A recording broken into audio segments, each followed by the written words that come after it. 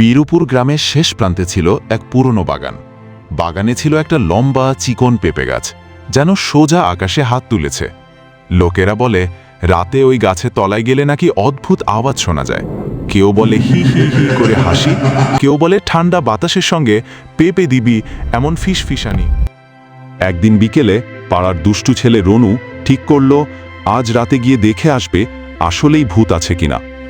জানিস অতনু, কাল একবার আমি ওই পুরানো পেঁপে বাগানের কাছে যাব। ওখানে গিয়ে দেখব যে আসলে ভূত আছে কিনা। তুই কি আমার সাথে যাবি? না না, আমার মাথা খারাপ নাকি? তুই যেতে হলে যা, আমি ওখানে যাব না। তাছাড়া রাতে আমার বাড়ি থেকে বের হতে দেবে না। তাহলে ঠিক আছে, আমি একাই যাব। রাতে চাঁদের আলোয় গাছের দিকে গেল রনু। চারপাশে নীরবতা, শুধু ঝিঝি পোকা ডাকছে। হঠাৎ মাথার ওপর থেকে পেঁপে দেবী একটা কণ্ঠস্বর।